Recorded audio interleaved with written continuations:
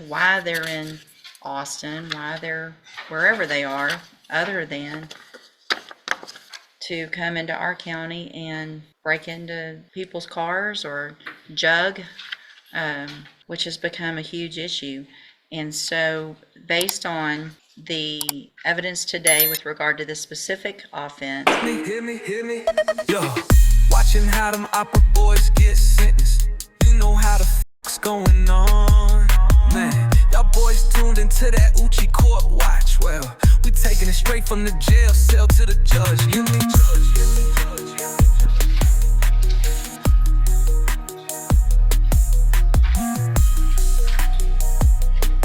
Good morning, sir. Are you Hakeem Thomas? And Mr. Thomas is charged in cause number 25 DCCR 0843 with the first degree felony offense of aggravated robbery. And Mr. Lewis has filed a motion asking that I reduce the bond, which is currently set at, I think 600,000. okay. And Ms. Malfino, you have a witness. Do you want Ms. Malfino to go first? Would you rather go first, or? No, I'll first. She can go first. Go ahead, Ms. Malfino. Okay, Judge, just for purposes of the record, I would tender to the court, just for ease of use, State's Exhibit Number 1, which is a probable cause affidavit in this case, and I will call Detective Candy. Any it's in my file. Do you any Right. objection No to, objection. States 1 is admitted for purposes of this hearing. Good morning, sir. Would you please raise your right hand? Do you swear or affirm the testimony you're going to give in this hearing will be the truth, the whole truth, and nothing but the truth? Thank you, sir. Go ahead.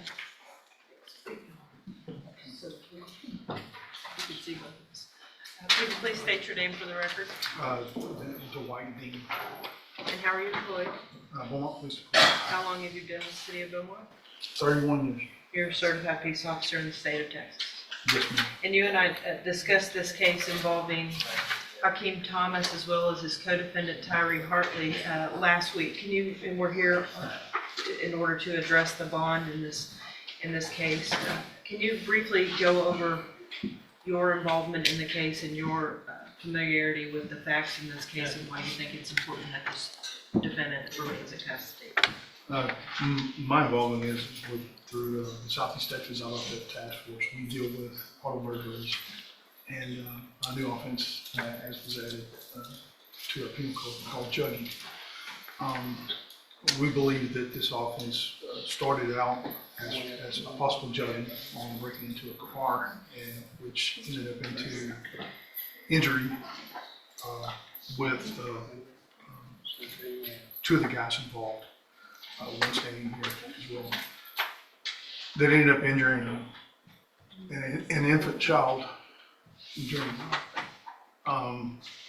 through coordinated efforts of us locally here in Beaumont, myself, officers on the street, along with deputies of the Chambers County Sheriff's Department. We were all involved to have these guys arrested. So they did actually flee from this jurisdiction into Chambers County after this offense, which again involved an infant child in the back seat of that car being injured when they attempted to break into that car and retrieve the money that the child's mother had obtained from the ATM. That's correct. The ATM of the bank, that the vehicle, the dad left the vehicle, and the mother and the infant child were in the back seat of the car. Not only did they break into the car with shattering the glass on top of the baby and the mother in the car, with her continued efforts during the crime itself, they didn't stop. They kept on. Once they were successful, if you could say that, in any kind of theft, they did flee from here and were actually located found in the same vehicle. And did you subsequently with Detective Andrew learn that both of these defendants in this case had committed similar types of acts in various jurisdictions across Southeast Texas, Harris County, Fort Bend County, Austin, etc.? Yes, ma'am. Some of it did happen that actual day, and of course some of it was put together, trailed the background, and those are after for the arrest. And is it your position, based on all of your years of training and experience as an officer here in Jefferson County, Texas, that to maintain the security and well-being of the safety of the citizens of Jefferson County, that it be best that pending prosecution of this offense, this defendant at least remain with some kind of a high bond from this court? Yes, ma'am. Thank you. I'll pass the witness, Judge. Thank you. Mr. Lewis? Yes, just briefly. Now, you said you were definitely part of the investigation of this allegation, correct? That's correct. Now, during your investigation, was it ever shown that a weapon or any deadly weapon anything was exhibited to the plaintiff witness? Or Not that I'm aware so there was no weapon involved as far as we know? of. Not that I'm aware of. Okay. And as far as your investigation as it relates to my client, was it any statements or evidence that showed that he was involved with the actual breaking of that of the glass or possibly injuring the child involved? Not that I'm aware of. Is there any evidence that would show that they even knew it was an infant child in the car at the time? No. It's not.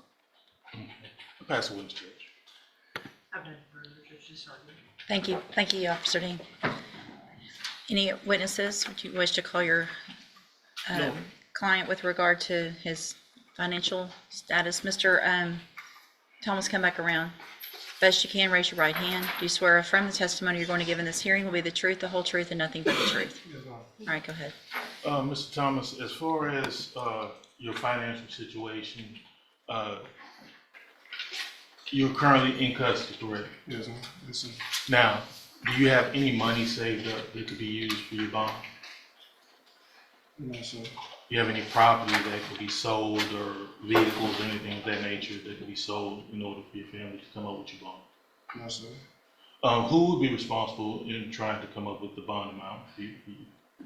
My mother and my wife. Your mother and your wife?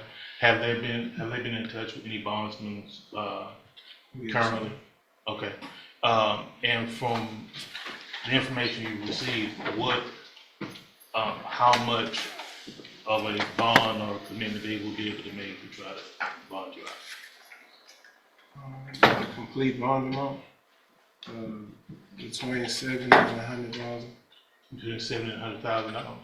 Okay. Now, were you employed before you came to custody? No, sir. Do you have any employment or anything available to you if you're able to make bonds? Yes, sir. And what would that be? Being a helper to my wife's father with his CDL truck. Okay. And that will give you enough money to be able to take care of any pretrial conditions or anything you need to do Yes, here? sir. Your representation to say? Yes, sir. Okay. I pass the witness in first. Ms. Malfino? Mr. Thomas, tell the judge a little bit about your criminal history, starting when you were a juvenile. I have no juvenile record. Were you in trouble as a juvenile over in Harris County? No. What about your theft, your state jail felony theft from a person, which is basically another way of saying, That's not who did you juvenile, wrong? no. Don't talk over, her, okay? I'll Just talk wait to till you. she's finished Yes, talking so ma'am. the court reporter can take one at a time. Yes, ma'am. Where was that? Go ahead, Ms. Malfino, you might want to read. Your theft from a person, which is basically a robbery, where was that?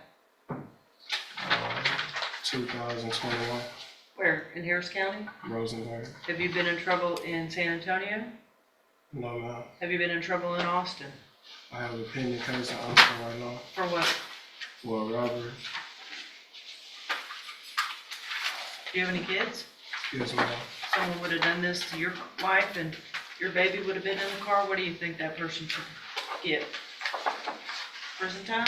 I don't understand this. I don't have anything for you, Judge. All right, anything else? Nothing else for this witness, Judge. All right, you may make argument. Judge, as far as this case goes, you've seen that it is charged as aggravated robbery, but it's one where we don't have a deadly weapon involved or anything like that. The biggest issue, I think, with this situation, of course, is my client does have some criminal history and lives out of county. I believe there's already some bond conditions in place for him to have the GPS monitored, and be able to go, to be in Harris County, come back, of course, for court and everything. We are asking for a bond in between $75,000 and $100,000.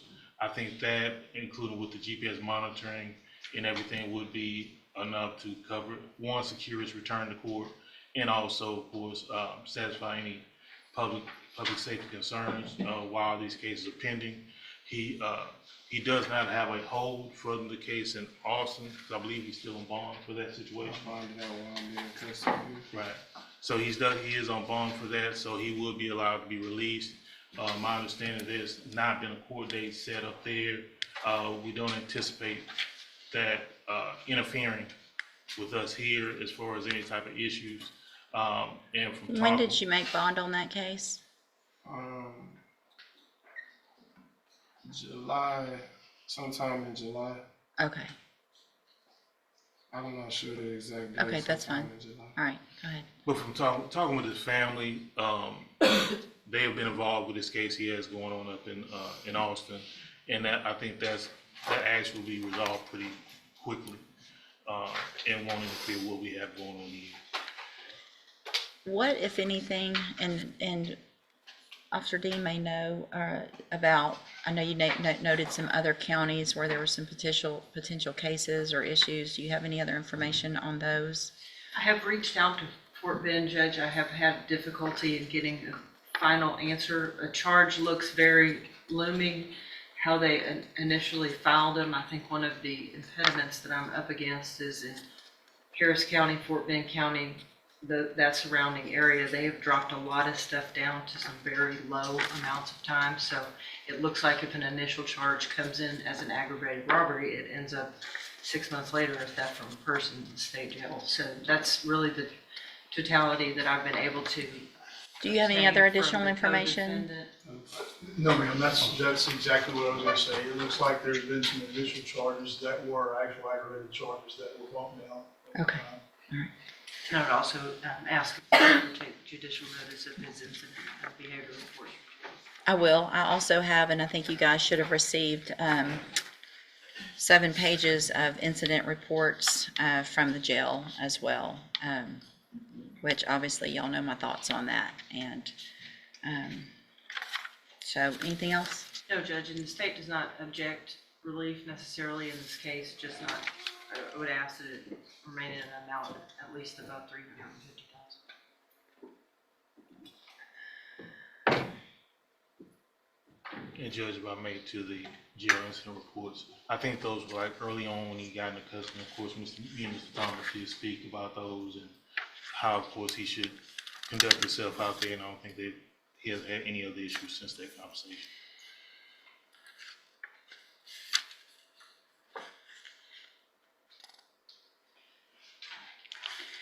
I guess my concern, and I understand from the probable cause that the allegation is that Mr. Thomas was the driver of the car, but I don't know that that makes it any better whatsoever, because it doesn't sound like there's any evidence on why he and Mr. Hartley were in Jefferson County, if they're from Harris County and that's where he's going to live, why they're in Austin, why they're wherever they are, other than to come into our county and break into people's cars or jug, which has become a huge issue. And so based on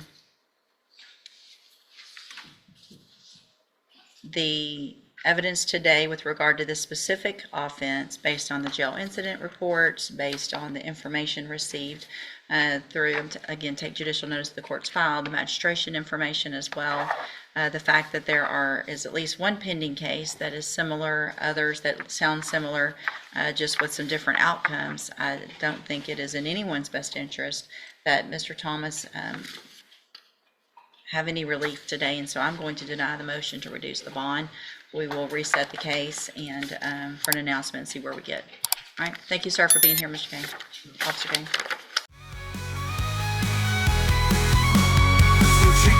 Watch, we're on the scene. Truths unravel, and what does it mean? In the halls where stories clash, Oouchie court watch quick as a flash.